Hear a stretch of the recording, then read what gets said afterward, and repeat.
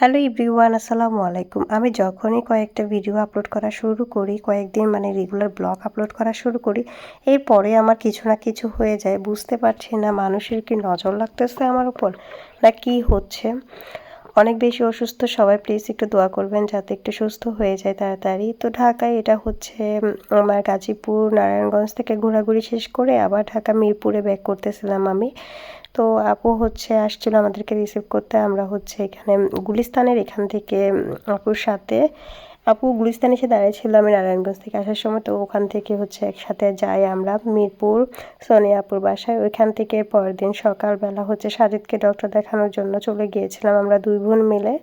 Doctor দেখিয়ে আবার চলেও আসি এই যে বাসায়, আবার বাসা থেকে নামতেছি। আসলে আমরা হচ্ছে প্রত্যেক দিন এখানে ব্লগ নেওয়া হয় না, এবার রেগুলার ব্লগ নেওয়া হয় না, টুকটাক কিছু ভিডিও করছিলাম, ওইগুলোই হচ্ছে জাস্ট আপনাদের সাথে একসাথে করে অ্যাড করে ভিডিওগুলো এডিট করে দিয়ে দিচ্ছি।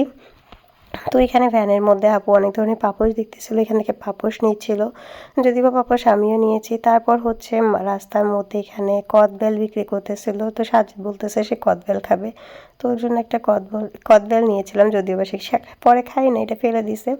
তারপর হচ্ছে আমরা 10 নাম্বার চলে যাই হুপে। আর হুপ থেকে আমি এখানে একটা পাখির বাসা নিয়েছিলাম, টুকটাক অনেক শপিং করছি কিন্তু সব কিছু আর হচ্ছে ভিডিওতে নেওয়া হয় নাই। তারপর হচ্ছে আমি একটা অ্যাপেক্সের দোকানে যাই জুতা নেওয়ার জন্য, ঈদের জন্য মেনলি আমি একটা জুতা নিই, তো দুইটা জুতা নিয়েছিলাম আমি। তারপর হচ্ছে বিকেলবেলা ফুচকার ভেলপুরি খেতে চলে আসি এখানে। আজকের একটা দিনের মধ্যে মনে হয় আমি 3 থেকে 4 বার হচ্ছে নামছি বলতে মিরপুর সোনিয়াপুর বাসায় উঠছিলাম। তো আপুর বাসা হচ্ছে 5 তলায়, এখান থেকে হচ্ছে সিঁড়ি বেয়ে আসলে নামতে অনেক কষ্ট হয়ে যায়। 5 বার নামছি আমি আজকে একদিনে, 5 বার উঠছি। তো যাই হোক, কিন্তু সব কিছু আর ভিডিও নেওয়া হয় না, ছোটো একটা ভিডিও শেয়ার করলাম আজকে। সবাই ভালো থাকবেন, আল্লাহ হাফেজ।